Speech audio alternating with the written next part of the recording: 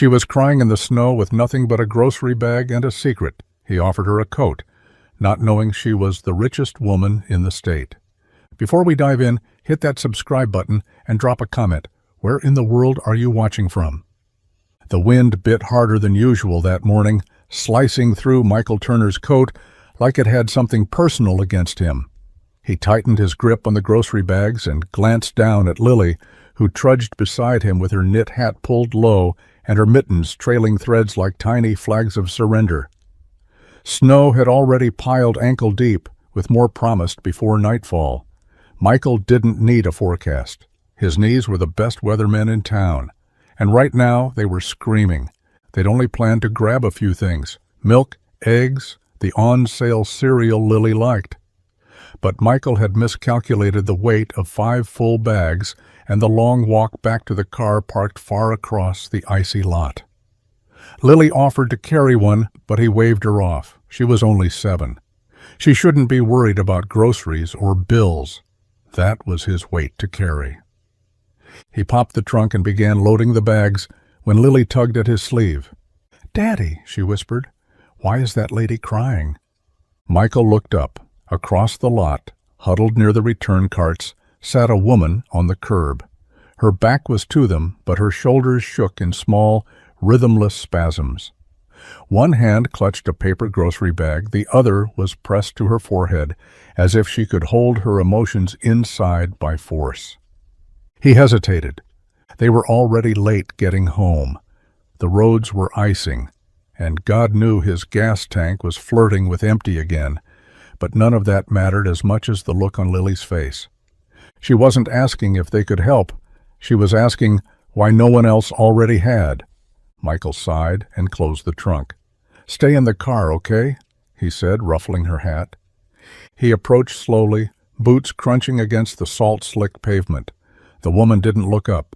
"Ma'am," he said gently, "you all right?" She startled, wiping her face quickly with her sleeve. "I'm fine," she said too fast, too firmly. Michael slipped off his coat. "I've heard that tone before," he replied, draping it around her shoulders. "Doesn't fool me." She finally met his eyes. There was gratitude in them, yes, but also something deeper, something haunted. And just like that, a quiet winter morning began to unravel into something far bigger than either of them could have expected. She looked like she didn't belong there, too put together, too polished to be sitting on the freezing concrete curb outside Miller's Market. But there she was, curled into herself, a thin coat wrapped tight around her frame like armor that had seen better battles. The wind teased loose strands of dark hair from her ponytail, tangling them across her face as she hugged a brown paper grocery bag to her chest like it was the only thing holding her together. Michael didn't mean to stare. He just hadn't expected to see someone like her in a place like this. Maple Hollow wasn't exactly a stop on any elite itinerary. He'd passed women in trouble before, back when he worked long shifts at the tire shop outside the city. But this wasn't the city. This was his town. And something about the way she kept her head down, blinking back whatever storm she was holding in, he couldn't walk away. He cleared his throat as he approached, his footsteps crunching over old ice patches. She didn't move, didn't flinch, just kept staring down at the salt-streaked pavement like it held the answer to a question she was too tired to ask. "You okay?" he asked, voice low, careful not to startle her. The woman looked up slowly, as if lifting her head took more strength than it should have. Her eyes were rimmed red, but her jaw was set firm like she wasn't about to let a stranger see her break again. "I'm fine," she said softly, even though her hands trembled as they clutched the bag tighter. Michael crouched a few feet away, not too close, but not far enough to ignore the shiver in her voice. "You don't look fine." She let out a half-laugh, half-sob that cracked in the cold air. "Didn't realize there was a dress code for emotional breakdowns." Michael smiled gently. "Nah, just tends to draw attention when you cry outside a grocery store in 20-degree weather." She shook her head, more embarrassed now than upset. "I just needed a minute, that's all?" He nodded, still watching her carefully. Sometimes a minute turns into too long. Want to ride somewhere warm?" She hesitated, looked him over, looked at the child seat in his back seat, then back at him, and slowly, like someone deciding whether or not to trust gravity, she whispered, "Maybe just 5 minutes." Michael didn't think twice. His jacket was nothing special, just a faded brown canvas coat with a tear near the wrist and the faint scent of motor oil in the seams, but it was warm, and right now, that was what mattered. He slid it off and gently draped it over the woman's shoulders before she could protest.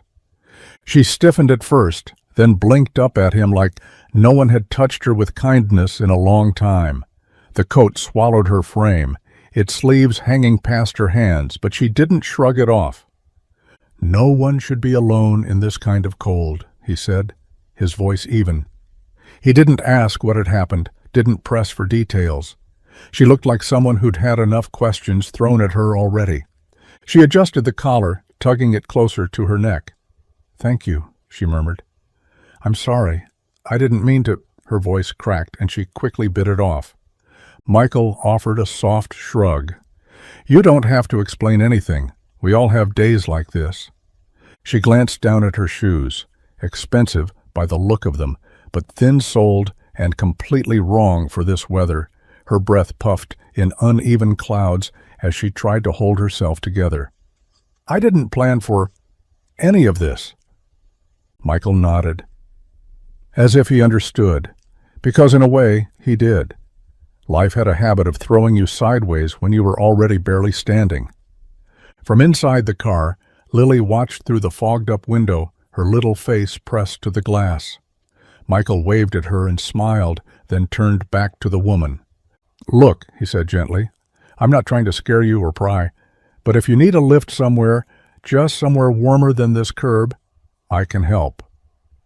For a moment she didn't answer, just looked at him like she was searching for the catch, but there wasn't one. Just a man in a flannel shirt and worn jeans, offering something far rarer than pity. "I'm Michael," he added, extending a gloved hand. She looked at it, hesitated, then took it slowly. "Elise," she said softly. "Just Elise." And though the moment was quiet, the weight of it settled between them, two strangers in the snow, one offering a coat, the other holding on to it like it might be the only warmth she had left. She sat in the passenger seat, Michael's jacket still draped over her shoulders like a borrowed life. The heater hummed as warmth crept through the old vents, fogging the windows slightly, but not enough to erase the tension in her posture. She held the grocery bag in her lap, fingers curled tight around its folded top, as though letting go of it might unravel something else. Michael didn't say much. He never did when someone looked like they were trying to hold themselves together, but he glanced at her once, then again, noticing how her eyes kept flicking toward the side mirror, watching, waiting, like someone might suddenly appear and yank her back into a life she wasn't ready to return to. "You got someone you want me to call?" he asked gently, keeping his hands on the steering wheel even though the car wasn't moving. She shook her head. "No, no one." It wasn't just an answer, it was a wall, final, but not angry, just worn thin from being asked too many things by people who didn't listen to the answers. "Well," he said, trying to offer something easier, "I'm Michael Turner. That's my daughter Lily, in the back." Elise turned slightly and offered a small smile to the little girl, who was watching her quietly with wide, curious eyes. "Hi, Lily," she said softly. "Hi," Lily whispered, then smiled, instantly trusting. Michael turned back to Elise. "And you are?" There was the briefest pause before she replied, "Elise." He waited for a last name, but none came. She looked down at her hands, then out the window. Her gaze swept the lot, lingering on the exit, on the rows of cars, on every detail except him. "Just Elise," she added, as if she'd used that line before, as if a name without a past could protect her from something chasing behind it. Michael nodded, accepting it without a second thought. "All right then. Just Elise? Want me to take you somewhere?" She hesitated, then gave the faintest shake of her head. "Nowhere in particular, just not here." Her voice was calm, but her eyes told a different story. And even though he didn't know it yet, Michael had just stepped into something far more complicated than a cold morning and a stalled car. The silence in the car had settled soft but heavy, like snow on a rooftop. Michael kept his hands on the wheel, not driving anywhere yet, just giving her time. Elise sat curled slightly toward the window, his jacket still wrapped around her like a blanket she wasn't ready to give back. Her eyes had stopped darting, but they hadn't relaxed either, just settled into something quieter, still alert, still guarded.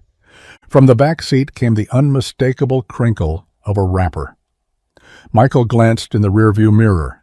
Lily was digging in her jacket pocket with the kind of seriousness only a child could have about candy. She pulled out a slightly lint-dusted red lollipop, examined it with a tiny frown, then smiled and leaned forward between the front seats. "Here," she said, holding it out toward Elise. "You look like you need something sweet."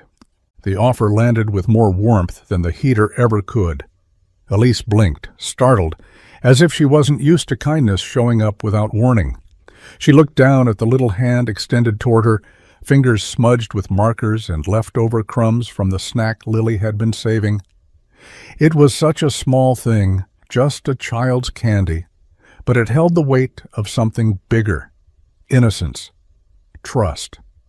A kind of generosity that didn't ask questions first. Elise reached out and took the lollipop, her fingers brushing Lily's in the exchange. "Thank you," she said, her voice barely above a whisper.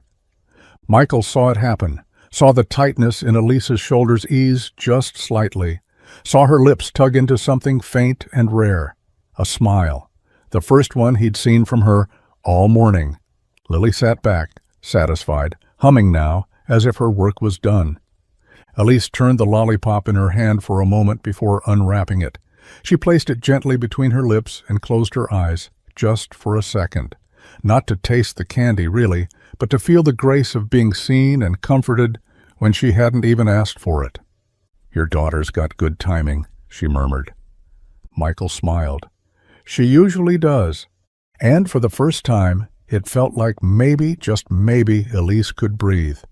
Michael glanced over at Elise, her profile soft in the dim morning light, bleeding through the windshield.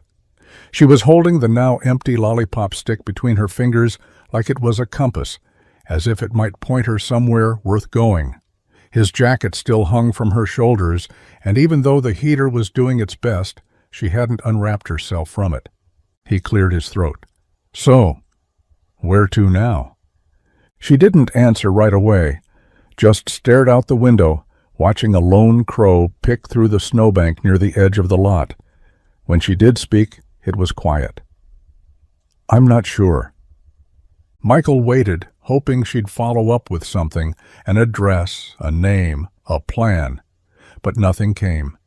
Just that same vague fog that seemed to cling to her more stubbornly than the cold air outside. "Do you have someone you can call? Family? A friend?" She gave a small shake of her head. "Phone's dead. And the people I could call, I don't think I want to." That sentence settled between them like a truth too big to unpack. Michael nodded slowly, fingers tapping the steering wheel. Logic told him to offer her directions to the nearest shelter, maybe even call someone himself. But something deeper, something older, more human, told him she didn't need a rescue. She needed a safe pause. "I don't live far," he said. "I can take you there. You can charge your phone, warm up, figure things out. I've got coffee. And pancakes, if my daughter still remembers how to flip them without burning the pan." Elise looked over at him, finally, her eyes searching his face for any hint of expectation. But he was steady, calm, just a man offering a little kindness without asking for anything back. "You sure?" she asked, cautious. He nodded. "Yeah, pretty sure." A long pause passed, and then she whispered, "Okay." He put the car in gear and pulled out of the lot slowly, tires crunching over snow. As they turned onto the road, Elise finally leaned back, the tight line of her shoulders easing, just a little. Not safe. Not yet, but safer than she'd been. The drive out of town was quiet, the kind of quiet that hummed with questions neither of them wanted to ask. Snow whispered against the windshield in soft gusts, and the heater ticked with age as it pushed warmth through the old truck.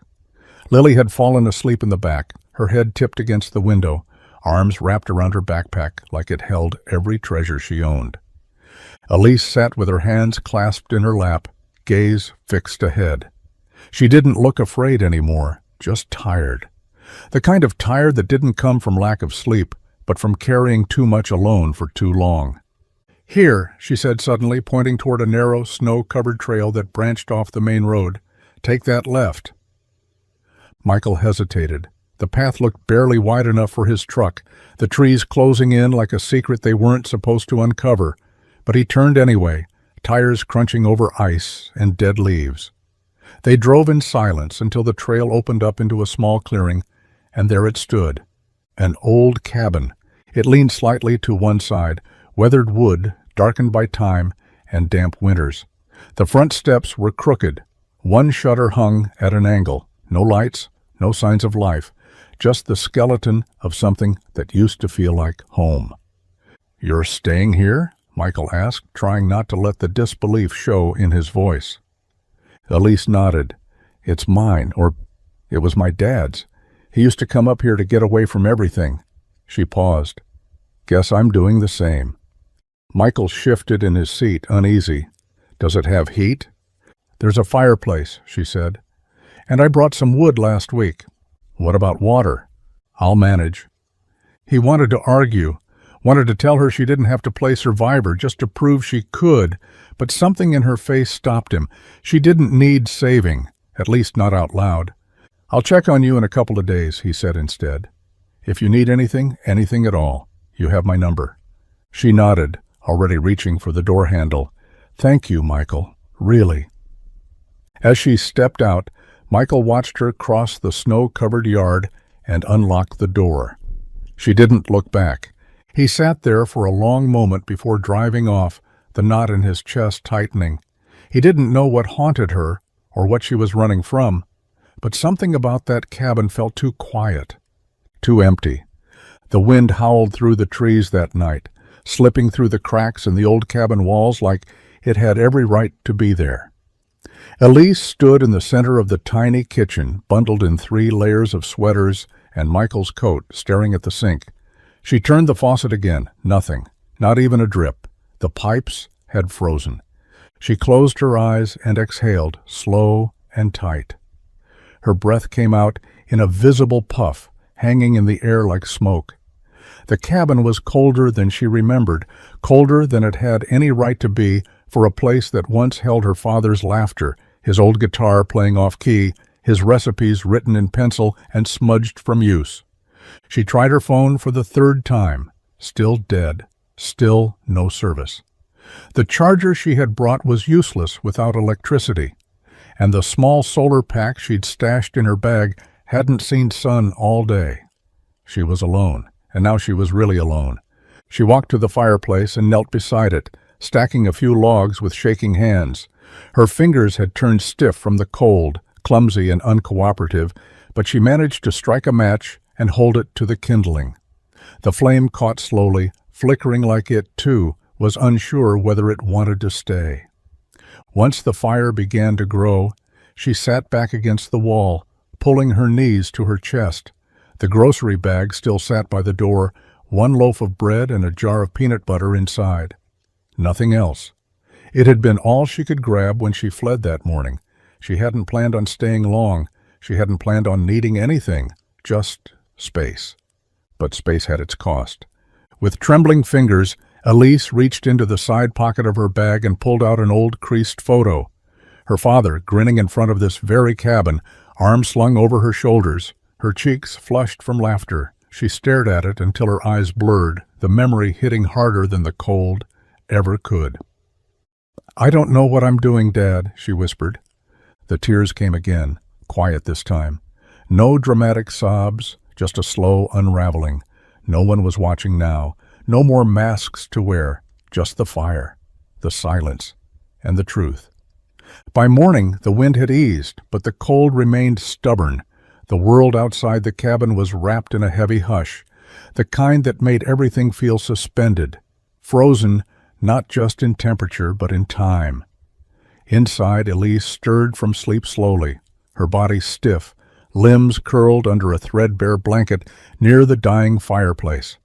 The air bit at her nose, and the faint smell of ash clung to her clothes. She sat up and rubbed her eyes. No dreams, just a lingering ache behind her ribs that made her feel like she'd been holding her breath for days. Then came the sound, tires crunching on snow. Her head snapped up. She moved toward the window cautiously, heart thudding as she peeked through the frosted glass. A rusted old truck rolled into the clearing, the same one from the day before. Michael. Of course it was Michael. He climbed out slowly, his breath clouding in front of him, holding 2 bags and a dented steel thermos.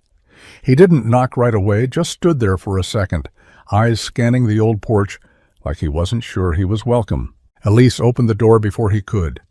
"You really didn't have to," she said, voice scratchy from the cold. He offered a lopsided smile. "Didn't want you freezing to death before you paid me back that lollipop." She almost smiled. Almost. He held up the thermos. "Hot cocoa, not coffee. Figured cocoa might go down easier this early."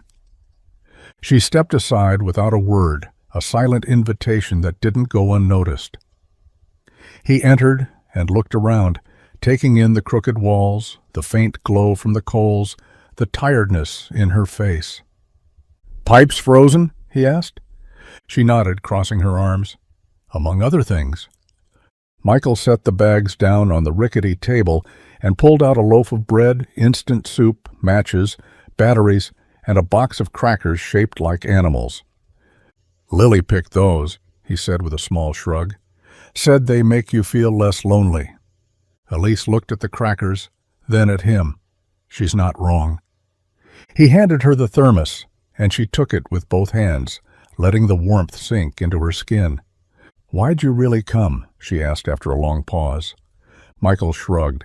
"Maybe I just had second thoughts about leaving someone to weather a storm alone." Elise didn't argue. This time she didn't send him away. Back home, the day passed in the quiet rhythm of small things.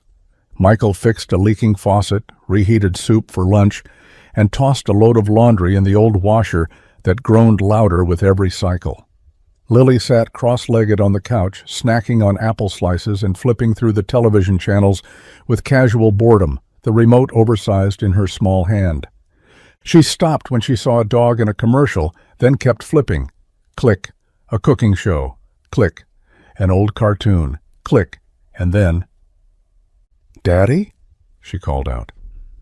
Michael was drying his hands with a dish towel when he walked into the living room. "Yeah, baby?" Lily pointed at the screen. "Isn't that Miss Elise?" He froze. The screen showed a crisp image of a young woman, dark hair, green eyes, unmistakable cheekbones, even in the slightly overexposed lighting of the press conference photo. Elise. The caption beneath her read, "Heiress of Sinclair. Hotels still missing. No leads confirmed." Michael sat down slowly, towel still clutched in his hand. The reporter continued, her voice urgent but practiced. "Elise Sinclair, daughter of late hotel magnate Thomas Sinclair, has been missing for several weeks. Family and legal representatives have released a statement urging her to make contact. The Sinclair estate remains in limbo as the board postpones decision-making in her absence. No foul play is suspected, but speculation continues to mount." Michael didn't hear the rest. He was too busy staring at the woman on the screen, the same woman who had been curled in his passenger seat, sipping cocoa, wrapped in his coat, and quietly unraveling. He remembered her hesitations, the way her eyes never stayed still, the weight behind her words when she said she didn't want to call anyone. It wasn't just a rough patch. She wasn't just running from pain. She was running from a world that expected her to wear a crown she clearly didn't want. "Is she in trouble?" Lily asked, her voice barely above a whisper. Michael didn't answer right away. He just muted the television and stared at the frozen image of Elise's face. "I don't know," he said finally, "but I think trouble's been chasing her a long time." The next morning, Michael didn't bother with groceries or small talk. He didn't bring cocoa. He just drove down the winding road through the biting wind, heart heavier with each mile. The image of Elise's face on the news had branded itself into his thoughts. Not just Elise Sinclair, the Sinclair heiress. The face splashed across magazines, gala invitations, hotel brochures, and somehow she was curled up in a forgotten cabin outside Maple Hollow, sleeping beside a fireplace with frozen pipes and animal crackers on the table. When he reached the cabin, he parked, but didn't get out right away. His hands gripped the steering wheel as his breath fogged the windshield. Part of him wanted to drive away. Pretend he didn't know. Let her stay hidden if that's what she needed. But another part, stronger, steadier, knew she deserved the truth from him too. No more pretending. He knocked gently. The door creaked open a moment later. Elise stood there in an oversized flannel, his jacket still draped over a chair behind her. Her hair was tousled. She didn't smile. "You saw it," she said flatly. He nodded. "Come in," she added, stepping aside. Inside, the fire was burning better than before. She'd figured something out, at least. But the tension in the room was thick, undeniable. Michael stood near the fireplace, hands in his pockets. "Why didn't you tell me?" Elise didn't move. "Would it have changed anything if I had?" He paused. "Maybe not for me, but you were out there, freezing, alone. You didn't have to be." She leaned against the table, arms crossed. "That's the point, Michael. I needed to be alone, away from the board, away from lawyers, vultures, paparazzi, people who only see my name and not me." He studied her face, the tired creases, the sharpness around the eyes that hadn't softened even now. "So you ran." "I didn't run for attention," she snapped. "I ran because I couldn't trust the people closest to me. My father died, and before I could grieve, they were already circling, trying to carve up everything he built, including me." Her voice cracked. "They don't want me to lead. They want me to sign, smile, stay silent." Michael's voice softened. "And what do you want?" She looked at him, eyes wet but defiant. "I want to remember who I am, before the money, before the hotels, before I became a headline." Michael didn't press further. He just nodded and sat down across from her. "Then let's start there." Elise sat on the worn floorboards beside the fireplace, her legs tucked underneath her, and a half-empty mug of cocoa warming her hands. The cabin flickered with the soft orange glow of the fire, shadows dancing across the walls like quiet ghosts of a past she hadn't told anyone about, until now. Michael didn't speak. He sat nearby, elbows on his knees, just listening. He knew enough to wait, to let her fill the silence in her own time. "When my father died," she said finally, voice low, "everything happened so fast. The funeral, the press, the board meetings. I didn't even have time to breathe before they started deciding who I should be." She stared into the flames, as if they held the story she was trying to shape into words. They didn't say it outright, not at first, but then came the suggestions, strategic alliances, partnerships. And then, she laughed bitterly, an engagement, arranged, of course, to the son of one of the major stakeholders. Michael blinked. "Wait, you were engaged?" "Not really," she said, shaking her head. "I was offered like a chess piece, told it was the responsible move for the company's future, that love was a luxury and legacy was a duty." The words hung heavy. "I felt like I was suffocating in my own name," she continued.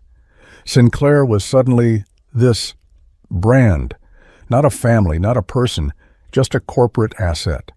She looked up at him, eyes raw. "My father built that empire from the ground up, Michael. I watched him miss birthdays, work through illness, take calls at midnight, and I believed stupidly that it would all mean something when it was passed down." She looked away, blinking fast. "But the moment he was gone, the people who claimed to care about me turned me into a strategy, an image to protect, a role to play. So I left," she whispered. "I packed a bag, grabbed a little cash, and came here, to this cabin. It was the only place I could think of that didn't ask anything of me." Michael nodded slowly. You didn't just run from them. You ran to yourself. Elise looked at him like she hadn't realized it until he said it. Yeah, she said. I think I did. The fire had burned low, casting long shadows over the cabin walls, the kind that stretched like quiet reminders of everything left unsaid. Michael leaned against the doorframe, arms crossed, watching Elise gently fold the blanket she'd used the night before and tuck it into a crate by the hearth. She moved like someone who needed control of the small things because the big ones had long since slipped from her hands. You don't have to freeze out here, he said, his voice calm but steady. Come stay at my place, just for a few nights. The couch pulls out and Lily wouldn't mind one bit. She already thinks you're magic for liking her lollipops. Elise looked up, surprised, but not at the offer, at the kindness behind it. It was rare to be given something without strings, rarer still to believe it came from a place of genuine care. She set the blanket down and exhaled slowly. I appreciate it, she said. I do. He waited, but I have to say no. Michael tilted his head. Wide-eye. She hesitated as if searching for the right way to tell a man like him, a man who fixed things for a living, that this wasn't something that could be repaired with warmth and shelter. Because I've been taken care of my whole life, she said finally, by staff, by advisors, by people who smiled with their mouths and lied with their eyes. There's always been someone to open the door, carry the bag, make the call, and look where that got me. She met his gaze, her voice soft but firm. If I come to your house, sleep on your couch, drink your coffee, I'll start needing it, depending on it, on you. And I can't do that, not right now. I need to figure out who I am when I'm not someone else's responsibility. Michael didn't argue. He just nodded, slow and understanding. All right, he said, but I'll keep bringing cocoa, no charge. A smile ghosted across her lips. That I'll accept. And in that small exchange, beneath all the frost and fear, something steady began to form between them, not as rescuer and runaway, but as two people who were learning how to be whole on their own. The storm rolled in without warning, thick, fast, and cruel. By the time Elise noticed the sky shifting from gray to white, it was too late. Snow slammed against the cabin like a wave of glass shards, the wind howling through the trees, making the walls groan like they were remembering old wounds. The temperature dropped with every passing hour, the kind of cold that sinks into bone and doesn't let go. She stuffed towels under the doors, lit every candle she had left, and stoked the fire until her lungs burned from the smoke. But the heat wasn't enough. The ancient pipes cracked some time after midnight with a sound like distant thunder. Water hissed from the wall, then stopped, frozen. She wrapped herself in every layer she could find, 3 sweaters, 2 scarves, and Michael's old jacket. But still her fingers numbed. Her phone was finally charged, but no signal cut through the storm. The power flickered once around 2 a.m., then went dark for good. By morning, the world outside the cabin was gone, buried under thick drifts. Trees bent low like they were bowing to something merciless. Elise sat by the fire, which had dwindled to faint orange embers, and tried to pretend she could outlast it. But her teeth were chattering. Her breath came fast and shallow. Her pride, for the first time, wavered. She stared at her phone, thumb hovering over the screen. Michael's number was still there. For 10 minutes she paced the floor, muttering, debating, shaking from the cold and something deeper, something like fear and guilt, tangled into one. Then she hit call. It rang once. "Hey," came his voice, groggy but alert. She paused, swallowed. "It's Elise." A beat of silence. Then, "Are you all right?" She looked around at the dripping ceiling, the flickering candle, the cracked pipe, and the frost forming on the inside of the window. "No," she said quietly. "I need help." 10 minutes later, headlights cut through the whiteout. and when the knock came at the door, she opened it without hesitation. Michael stood there, snow clinging to his coat, breath steaming in the air. "Couch offer still good?" she asked barely above a whisper. He smiled gently. Always was. Michael's house wasn't big, just a two-bedroom tucked at the edge of town with creaky floors and walls that remembered every winter. But it was warm, smelled like cinnamon toast and motor oil, and somehow felt safer than any penthouse Elise had ever stepped foot in. Lily was thrilled, of course. She barely let Elise get through the front door before pulling her toward her room, now their room, offering her the top bunk because it feels closer to the stars. Elise accepted with a quiet smile and a duffel bag that held more emotional weight than clothes. That first night, Elise read Lily a story about a lost fox finding her way home. Her voice shook a little at the beginning, unfamiliar with the ritual, but Lily didn't mind. She nestled under her blanket and listened like it was the most natural thing in the world.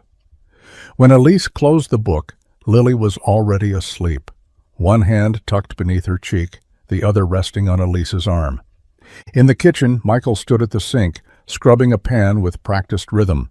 Elise joined him silently, watching the way his hands moved, efficient, tired, familiar. "You don't have to do that," he said, nodding toward the drying rack. "I want to," she replied. The sponge felt awkward in her hand. The soap slipped too fast, but she kept at it, her fingers red from hot water and effort. The first dish clinked too loud in the drying rack, the second less so. By the fourth, she started humming under her breath, something soft from childhood she hadn't realized she remembered. Michael didn't say a word, just washed, passed, and let her figure it out. Later, they sat on the couch with mismatched mugs, his filled with black coffee, hers with lukewarm cocoa, and the TV murmuring in the background. Elise glanced around at the tiny living room, the hand-drawn pictures on the fridge, the worn blanket draped over the couch arm, and felt something settle inside her. It wasn't luxury, it wasn't freedom, it was belonging. Maybe not forever, but for tonight, it was enough. The garage smelled like motor oil, rust, and the kind of honest work that clung to skin long after the shift ended. Sunlight poured in through the wide bay doors, catching flecks of dust in the air and warming the concrete floor where Elise stood, broom in hand, sleeves rolled up, and hair tied in a messy knot that kept slipping loose. She wasn't sure what made her ask to come with Michael that morning. Maybe it was curiosity, maybe guilt for sleeping under his roof. Or maybe it was the strange need to do something, anything, that wasn't running or hiding. At first, he looked surprised. Then, without a word, he handed her a pair of safety goggles and pointed to the far corner. "Start with that bench. It's been collecting dust since before Lily could walk." And so she swept, and sorted, and stacked things she couldn't name into neat little piles. She found a strange rhythm in it, the satisfying scrape of metal on concrete, the click of organizing bolts by size. There was no boardroom here, no quarterly projections, just dirt, tools, and the occasional grunt from Michael beneath a raised truck. By noon, she was handing him wrenches like a seasoned assistant. "No," he grunted, "that's a socket wrench." She blinked, holding it up. "Aren't they all just wrenches?"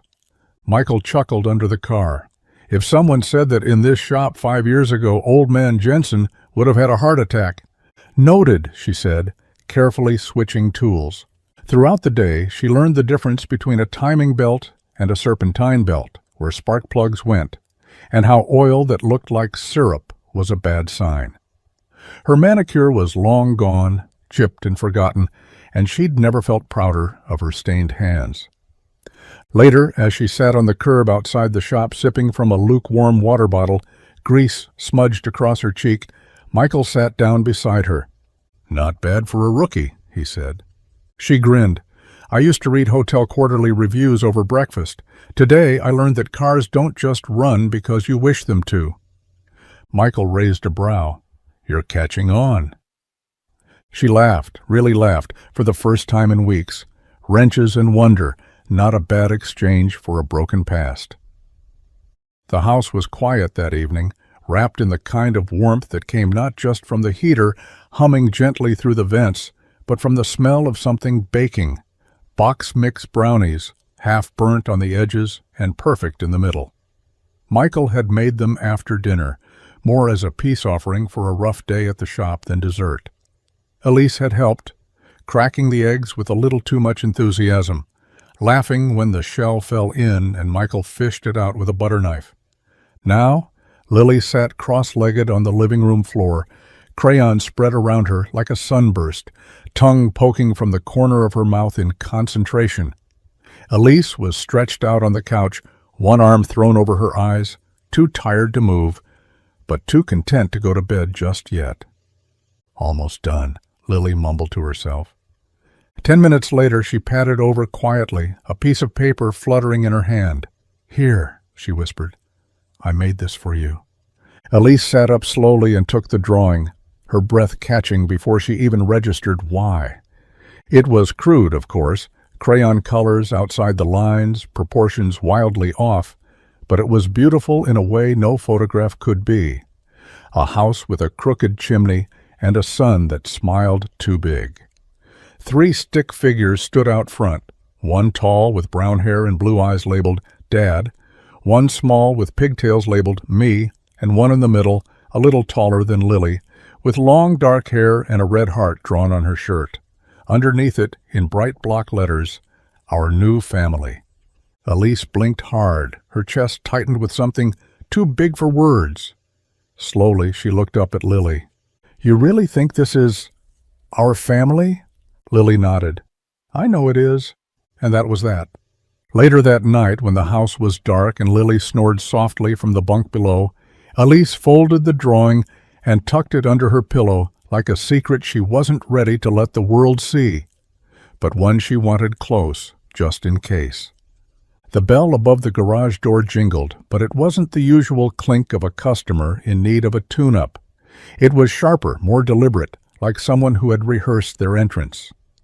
Michael looked up from beneath the hood of a rusty Chevy and wiped his hands on a rag. The man who stepped in didn't belong. Too clean, too pressed. His coat looked expensive, but worn at the edges, like it had seen more than just boardrooms. Michael straightened slowly. "Can I help you?" The man smiled politely, but his eyes didn't. They were scanning the room, walls, tools, corners, measuring everything. "I hope so. Name's Barrett. I'm a private investigator working with the Sinclair family." He pulled out a badge, flashed it like a trick card. "Looking for someone. Thought she might have passed through here." Michael's stomach dropped, but he didn't flinch. He turned back to the engine casually, pretending to inspect the radiator while his heart beat louder than any tool in the shop. "Don't know the name," he said. Barrett walked slowly through the garage, tapping his fingers against a wrench on the workbench. Young woman, mid-20s, dark hair, green eyes, been missing a few weeks. Very important to a lot of people that she's found. Michael shrugged. "People pass through. I fix cars. Don't keep tabs on everyone." Behind the curtain separating the office from the main shop, Elise held her breath. She stood motionless, pressed against the wall, her fingers digging into the hem of her sweater. She could hear every word, every footstep, every creak of the investigator's shoes on the concrete, and she knew one wrong sound, one flick of the curtain, and the life she was building would vanish like it never existed. Barrett finally stopped near the entrance. "Well, if you happen to see anyone fitting that description, I'd appreciate a call." Michael looked him in the eye. "Sure thing." The man left. No tire screech, no threat. Just the same sharp clink of the bell as he exited into the cold. A minute passed. Then another. Michael finally stepped behind the curtain. Elise was still there, pale, shaken, silent. He didn't ask if she was okay. He just said, "He won't find you here." And she believed him, because when Michael Turner lied, it was only to protect the truth that mattered. Sunday morning arrived like a breath held too long finally being released. No sirens, no knocking, no headlines. Just the golden light of dawn creeping through the kitchen window, catching dust motes mid-drift and warming the worn linoleum floor. The scent of vanilla and batter filled the air, and somewhere in the background the radio played a song too old for Lily to know, but she hummed along anyway. Elise stood at the stove in Michael's hoodie, sleeves rolled 3 times over, holding the spatula like it was a tool of purpose. The first pancake had come out lopsided, the second burnt slightly on one edge, but the third was just right. Lily, perched on the counter with syrup already on her cheek, declared it officially perfect. Michael leaned in the doorway, arms crossed, watching the two of them with a look he didn't wear often, ease, like the world had taken its foot off his chest for a moment and let him breathe. They ate at the little round table by the window, elbows bumping, laughter rising gently in between bites. Elise drizzled syrup like it was gold. Lily made a pancake sandwich with peanut butter and dared Michael to try it. He did, made a face, and they all laughed until Elise had to wipe tears from her eyes. After breakfast, they bundled up in mismatched gloves and coats and stepped into a backyard blanketed in white. The snow crunched underfoot, crisp and untouched. Lily ran first, launching herself into the powder with a wild giggle, and Elise followed, laughing in that unguarded way she was still getting used to. Michael packed a snowball, lobbed it gently at Elise's back, and the war was on. What followed wasn't elegant. It wasn't poised. It was messy, ridiculous, full of shrieking and slipping, and a snow angel that Elise insisted didn't count because Lily stepped on one wing. But somewhere in that chaos, something rare happened. Peace, not silence, not safety, but a deep, quiet sense that for once, nobody needed to be anywhere else. Not running, not hiding, just here, together. When they went back inside, cheeks flushed and clothes soaked through, Elise paused at the door. She looked around, Michael shaking snow from his boots, Lily peeling off wet mittens, and whispered almost to herself, "This feels like home." And for the first time, she didn't immediately correct herself. It started with a loose drawer in the workbench.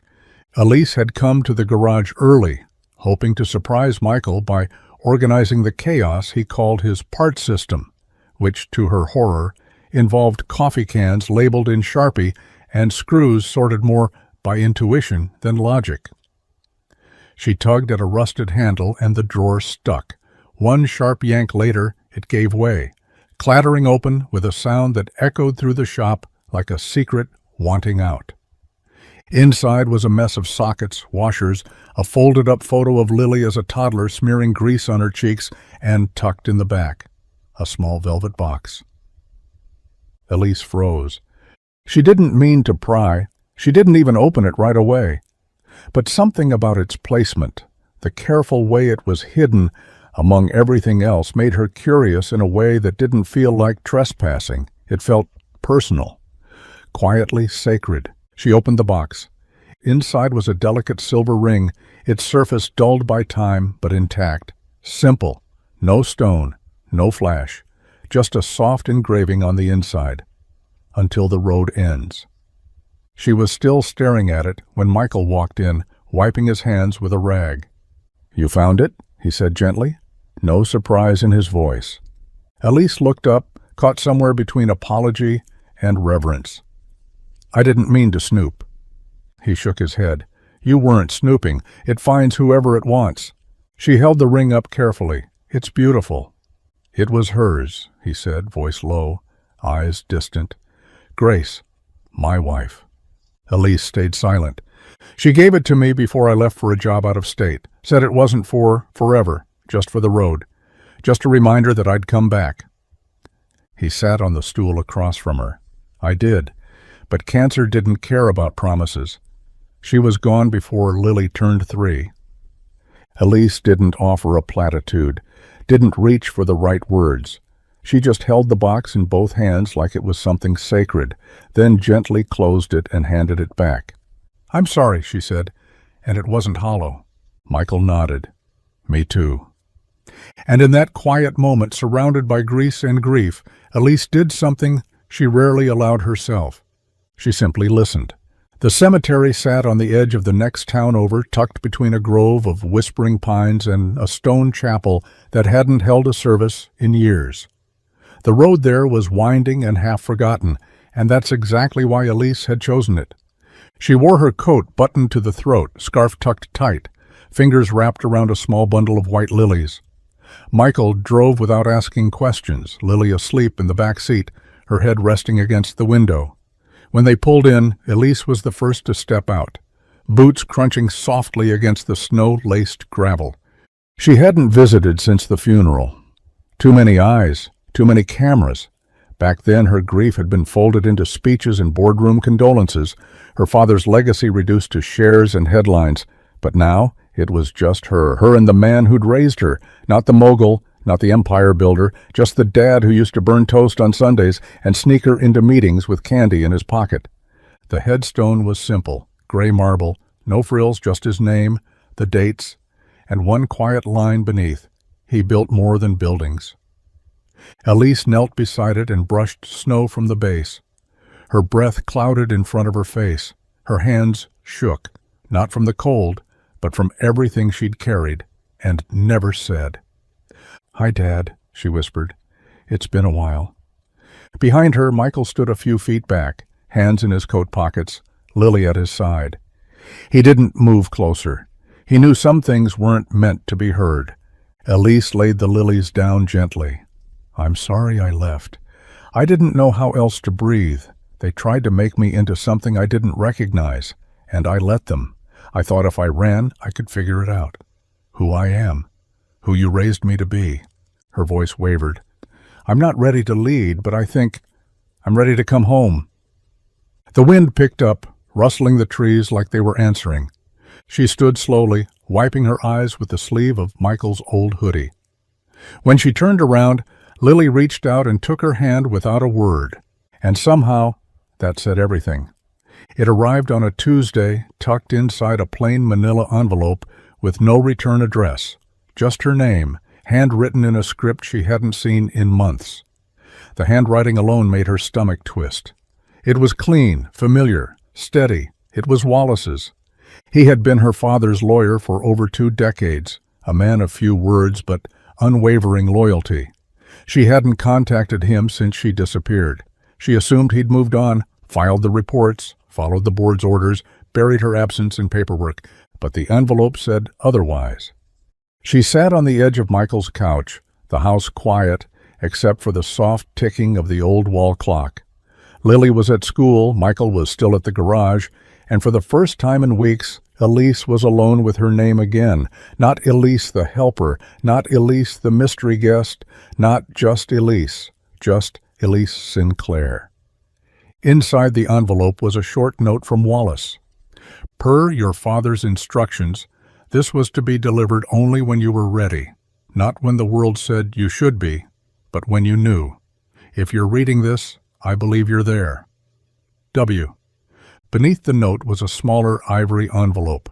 No seal, no monogram, just one line on the front, in her father's unmistakable scrawl, "For when you're tired of running and ready to build." She stared at it for a long time. Her fingers hovered over the flap, hesitant, afraid even. Because once it opened, once she read his words, she couldn't pretend anymore, couldn't hide behind being lost. She took a breath and broke the seal. The letter inside was only a single page, but it held the weight of a lifetime. "Elise, I knew they'd try to mold you into something sharp and shallow the moment I was gone. But I also knew you wouldn't let them. You were never meant to be a figurehead. You were meant to be the architect of something better. If you're reading this, I trust your heart has found the ground again. Lead with it. Not with power, not with fear, not with noise. Build something real, not for them, for you. You already know how. Dad." By the time she finished, her hands trembled, but her heart didn't. For the first time, she wasn't running from the legacy. She was walking toward it, on her own terms. Elise sat beneath the old elm tree in Michael's backyard, the afternoon sun bleeding through its bare branches in fractured streaks of gold. The wind was calm, the air cool but kind, the kind of day that didn't rush you. She needed that. The ivory envelope rested in her lap again, as if waiting for her to stop second-guessing what she already knew. She'd read her father's letter once in silence, then tucked it away like a precious thing she wasn't sure she deserved to hold. But now, with the sky wide open above her and the weight of the past days catching up in her chest, she unfolded it again. This time she let the words settle. The ink had smudged slightly at the corners, just enough to suggest her father had written it with trembling hands, maybe even through tears. It was only one sentence. Don't be who they expect. Be who you are. You already know the way. She stared at it, heart clenching. There were no instructions, no names, no titles or terms, just that. It struck her harder than any contract, any speech, any corporate legacy ever could. Her whole life, people had tried to define her. Elise Sinclair, hotel heiress. Elise Sinclair, the quiet daughter. Elise Sinclair, the missing woman. But not Elise, the person, not the girl who used to sneak out to build forts in the garden with her dad, not the teenager who preferred sketching spaces to reading reports, not the woman who now knew what it meant to build a fire from nothing, to fix a dish by hand, to read bedtime stories beside a bunk bed. That's who she was. Not the headlines, not the boardroom expectations. She folded the note carefully and tucked it into her pocket, pressing her palm to it like a promise. Michael's voice floated from the house, calling Lily in for dinner. Elise stood slowly, brushing leaves from her jeans. The wind picked up slightly, nudging her hair across her face. She smiled. She didn't need to plan every step now. She already knew the way. The house was still when Elise stepped into the kitchen, the sky outside still painted in pre-dawn blue. A half-moon hung low beyond the frosted window, casting a quiet silver glow over the sink and the counter where she had made pancakes just 2 Sundays ago. Her bag was already packed, sitting by the door. Simple, small, intentional. It held only what she needed, a clean blouse, her father's letter, and the courage she'd stitched together piece by piece in this house. She moved quietly, careful not to wake anyone, not yet. This part, this choice, was hers alone to carry. Michael's boots sat by the back door, still dusted with snow from the day before. She stared at them for a moment, remembering the way he stood in them the first time he handed her a wrench, the way he never once asked her for more than she could give. She found him in the living room, asleep on the couch, one arm tossed over his eyes, the other resting on an open book he'd never finish. For a moment, she just watched him, how peaceful he looked, how steady. Then she knelt beside him and placed a folded note on the coffee table. No big declarations, just, "Thank you for seeing me before I even remembered who I was. I'm going back to finish what I ran from, because of you." She hesitated, then leaned forward and pressed a soft kiss to his cheek. Michael stirred slightly, but didn't wake. Elise stood, her throat tight but steady. She picked up her bag, zipped her coat, and glanced down the hallway. Lily's bedroom door was closed, her hand-drawn family picture still taped to it, fluttering slightly from the draft. Elise smiled and whispered, "I'll come back." The screen door creaked open, then shut softly behind her. The cold met her like an old friend, bracing, sharp, but honest. She walked down the porch steps and into the stillness of the morning, where a waiting taxi idled at the end of the drive. She was going back, not as the Sinclair heir, not as a headline, but as Elise. The house felt different without her. It wasn't just the absence of a voice or the missing sound of footsteps echoing down the hall. It was the silence that followed, a soft, lingering stillness that settled over everything. The couch stayed neatly arranged, the coffee mugs didn't pile up like they used to, and the bunk bed in Lily's room remained untouched. Elise had been gone for 12 days. Michael had counted every one of them, even if he pretended not to. Lily did too, in her own quiet way. She still left a space for Elise's cup at breakfast, still drew 3 people in her family pictures, even when her teacher said just 2 was fine.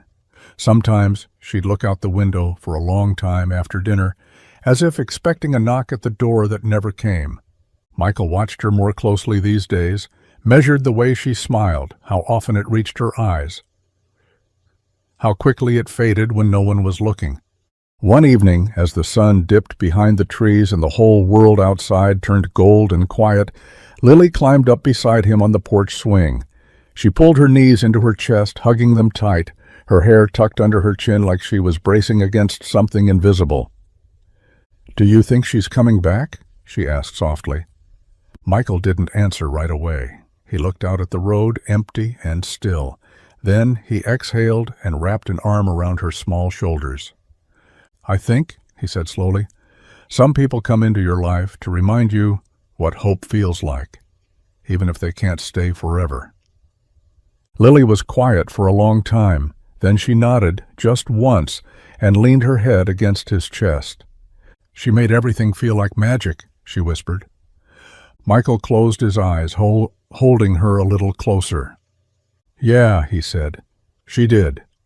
And though the swing creaked beneath them and the wind brushed against the trees, the silence that remained wasn't empty. It was just waiting. The rain came in soft at first, tapping lightly against the tin roof, but by nightfall it was a steady, unrelenting downpour, the kind that blurred the edges of the world and made everything feel suspended in memory. Michael sat at the kitchen table, a cup of tea growing cold in his hands, the porch light still on out of habit, not hope. Lily had gone to bed early, exhausted from a school play rehearsal where she played a squirrel with too many lines and not enough nerves. Michael had clapped the loudest in the audience. He always did. But even in the applause there was a missing echo, a glance toward the crowd that never landed on her face. Then came the knock. 3 soft raps, not loud, not desperate, just there. He stood slowly, his chair creaking across the floor. When he opened the door, rain spilled in from the storm, and standing there in the amber glow was Elise. Her hair was soaked, strands clinging to her cheeks. Her coat, one he didn't recognize, was heavy with water, sleeves pushed up just enough to show her trembling hands. No suitcase, no driver, just her. "I left everything behind," she said, breathless, eyes searching his like they were the only map she had left. "But I couldn't leave you." Michael didn't speak, not right away. He just stared at her, his memory of her somehow dimmer than the woman standing in front of him now. She looked tired, but more certain, like someone who'd stood in a storm and chosen to walk through it instead of waiting for it to end. He stepped aside, wordless, and she crossed the threshold. Water puddled beneath her boots as she stood in the same spot where she'd once read bedtime stories and poured batter onto a crooked pan. Her eyes were full, not with regret, but something else, something closer to peace. Michael took the coat from her shoulders gently and hung it on the hook by the door beside his own. She didn't need applause. She just needed to be home. The next morning came soft and gray, the rain replaced by a calm drizzle that left the world damp and hushed. The house smelled like toast and coffee, and the radio played low in the background, some old jazz tune that didn't ask to be noticed but wrapped itself around the walls like a blanket. Elise stood barefoot in the kitchen, sleeves rolled up, carefully cracking eggs into a bowl. She moved slowly, like someone relearning the rhythm of a place after being away too long. Michael sat at the table watching her, not with suspicion, not with questions, but with the quiet wonder of someone realizing that a moment once lost had found its way back. They didn't talk about the board, or the headlines, or the fallout. Elise had returned with nothing but a backpack and a weary smile, but she'd left behind the weight that once shaped every step she took. She didn't want to be the mystery anymore. And Michael, he didn't need answers. He just needed truth. After breakfast, they cleaned the kitchen side by side. Elise washed. Michael dried. No instructions, no commentary, just shared silence that didn't feel empty. Later, they took Lily to the garage, where she spent the afternoon drawing chalk murals on the cement floor while Elise handed Michael tools with a confidence that surprised even her. When she didn't know what he needed, she asked. When she did, she smiled quietly as he nodded approval. They didn't fall back into what they were before. They didn't try to. This time wasn't about picking up where they left off. This was something new. They took walks in the evening, past the old oak trees that lined the back road, and talked about things that didn't matter, how the clouds looked like spilled flour, or how Lily's school was already casting parts for the winter play. They didn't rush the conversations, or the pauses, or the closeness. It wasn't about fixing anything. Not the past, not each other. It was about building something that didn't need to be flawless, only real. And for the first time, they weren't playing roles. They were just Elise and Michael, starting again, together. The town hall was packed tighter than usual, the kind of turnout reserved for controversial zoning changes or the annual chili cook-off debate. But tonight was different. No one knew exactly why the meeting had been called, just that a new proposal was on the docket, introduced quietly by someone who hadn't spoken publicly since her return. Elise sat near the front, hair pulled back, no designer blazer or security detail, just jeans, a cardigan, and that same steady gaze she'd brought back with her. When her name was called, she stood slowly and walked to the podium, not as a Sinclair, not as a headline, but as a neighbor. She cleared her throat, the microphone crackling slightly. "Hi," she began. "Some of you know me as Elise. Some of you know a version of me from a news clip or a rumor. But tonight, I'm just someone who's been watching how this town works, and more importantly, how it helps." She held up a small folder. "I've drafted a proposal for a community fund, one that would support small businesses, offer low-interest loans, and help local startups find their footing again. It's been a hard few years for a lot of folks, and I know firsthand how easy it is for people with power to forget where they came from." There were murmurs across the room, curious and cautious. "I'm not asking for attention," she continued, "or credit. In fact, the fund wouldn't bear my name at all. I'm calling it the Harvest Initiative, because this town has been sowing seeds of kindness for a long time. I think it's time we help it grow." She stepped back from the mic and waited. The silence was thick, but not hostile, just thoughtful. Mayor Jenkins stood. A nod. Then another voice chimed in from the back, Old Man Harper, who hadn't spoken in public since the library roof collapsed. "She's right," he said. "Time someone gave this town more than speeches." Then came the votes, one by one, hands raised, no objections, unanimous. Elise exhaled slowly, a weight she hadn't named lifting from her chest. No applause, no ceremony, just nods, murmurs of approval, and a line of people who afterward shook her hand not because of who she was, but because of what she did, and that meant more than her name ever had. The sun had already dipped low by the time they made it back to the house. The evening was warm enough to leave the door open, letting in the scent of damp earth and distant wood smoke. Elise sat on the porch steps, her shoes kicked off beside her, a mug of tea cradled in her hands. Michael stood nearby, leaning against the railing, arms crossed, not in defiance, but in defense of something old, something long kept quiet. She glanced up at him, catching the way he stared out toward the trees instead of at her. "You okay?" she asked softly. He nodded, then didn't. "I've been meaning to tell you something," he said, voice rougher than usual, "and I keep talking myself out of it." She didn't press, just waited. "When I was 10, he began, my dad walked out. No note, no warning, just gone. One minute he was fixing the screen door, the next he was a ghost." Elise's brow furrowed, but she stayed quiet. "My mom, she was tough as hell," he continued. "Worked 2 jobs, took night classes, somehow always made sure I had lunch money, even if she didn't eat dinner. but I watched her wear herself down to nothing just to keep the lights on. He took a breath, jaw tight. I told myself I'd never be like him, never leave, never quit. But the thing is— He paused, voice dropping. That fear never really left me. It crawled in and made a home, this whisper in the back of my mind that no matter how hard I tried, I'd end up just like him, not enough, not steady, not someone worth depending on. Elise set her mug down and stood slowly. She walked over to him, close enough to see the way his hands trembled slightly, even as he tried to keep them still. You're not him, Michael. He looked at her, eyes raw. You fix things, she said, and not just engines. You show up, even when it's hard, even when no one asks. He laughed once, quiet and self-conscious. I've never told anyone that. I know, she whispered. That's why it matters. And in the hush of twilight, two people who'd carried too much for too long let honesty sit between them like a promise. Not to be perfect, just to be real. The rain returned like an old memory, soft at first, barely more than a whisper on the roof, then steady, persistent, curling around the house like it remembered every word that had once been said beneath it.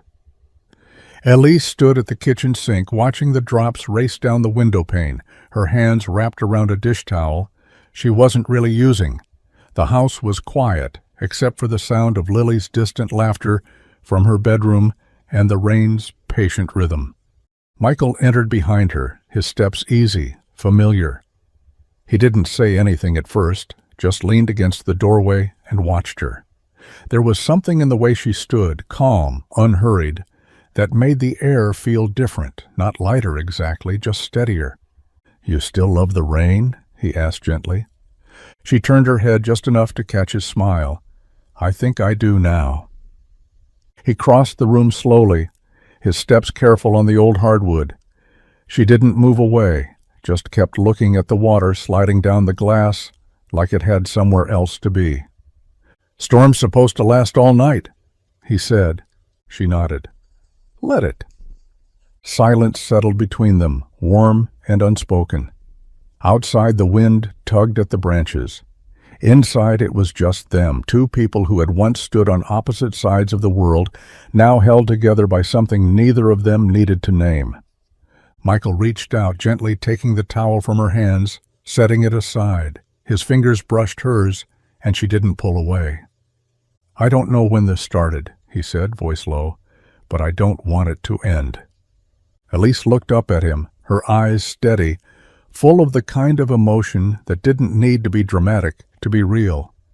It doesn't have to, she whispered. He stepped closer. The kitchen lights were dim, casting a soft golden hue over the walls, their shadows blending together like a single silhouette. And in that quiet space between rain and warmth and everything that had led them here, Michael leaned in and kissed her. It wasn't hurried, it wasn't uncertain. It was the kind of kiss that came not from longing, but from knowing, from safety, from everything unsaid finally finding its voice. Outside, the rain kept falling, but this time they were already home. The old truck had sat in the corner of the garage for months, dusty, stubborn, and half forgotten. Elise had pointed it out the first week she started helping Michael, drawn to it for reasons she couldn't explain. Maybe it was the color, a faded blue that reminded her of childhood skies, or maybe it was the way it looked just a little too proud to be junk. Michael had always said he'd get around to fixing it. Someday, he'd mutter, wiping his hands on a rag as they worked on someone else's engine. Elise had smiled and nodded, not pushing. But now, on a bright Saturday, with nothing urgent on the list, that someday had finally arrived. They spent hours under the hood together, elbow-deep in grease and laughter, trading tools and teasing each other about who was messier. Elise, determined and unafraid, didn't flinch at the grime. She'd learned to love the honest dirt that came from work worth doing. And then, like magic, or muscle memory, or maybe just Michael's quiet brilliance, the engine coughed, stuttered, then roared to life. Elise stepped back, eyes wide, face lit with a grin so real it made Michael forget to breathe for a second. "You did it," she said. "We did," he corrected. Later that afternoon, they climbed into the cab together, windows already cranked down, the seats still worn but welcoming. Michael slid a cassette into the old player, some dusty blues tune he hadn't played in years, and handed her the keys. "Go on," he said. "She's all yours." Elise blinked. "You're letting me drive?" Michael leaned back, arm resting on the window. "You fixed her. Might as well take her out for a spin." She shifted into gear, the truck rumbling like it was glad to be alive again. They rolled down the winding back roads, wind in their faces, music loud, laughter louder. Lily sat in the back seat, hair flying wild, arms out the window like wings. Elise glanced at Michael, smiling so wide it hurt. "This," she shouted over the wind, "is freedom." He laughed, eyes on her, more than the road. "No," he said, "this is living." And for once no one needed directions. They were exactly where they wanted to be. The fire crackled softly in the hearth, casting a gentle amber glow across the living room walls. Outside, snow fell in lazy spirals, coating the fields in quiet white, just as it had all those years ago. Elise sat curled on the couch, a blanket draped over her legs, and her youngest daughter nestled beside her, wide-eyed and curious. "Tell me the story again," the little girl whispered, voice muffled beneath the fleece. Elise smiled, brushing a strand of dark hair from her daughter's forehead. "The snowstorm story?" She nodded. "The one with the broken-down car and the man with the warm coat."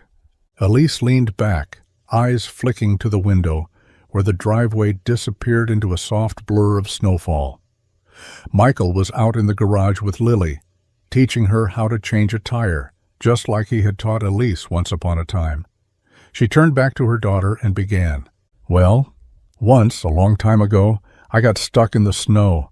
I was all alone, sitting on a curb outside a grocery store with nothing but a paper bag and a very heavy heart." Her daughter's eyes widened. "You were crying?" "I was," Elise admitted. "I didn't have a place to go. I didn't even know where I belonged anymore." What happened next? A man stopped. He wore an old brown coat that smelled like engine grease and coffee. He gave it to me without asking why I was crying. He didn't know my name, didn't care about who I used to be. He just helped. "Was it Daddy?" Elise nodded. "It was." There was a long pause, the fire popping in the silence. Then her daughter asked, "Why do you think he stopped?" Elise looked down, her voice soft. "Because sometimes people don't see your title or your past or your mistakes.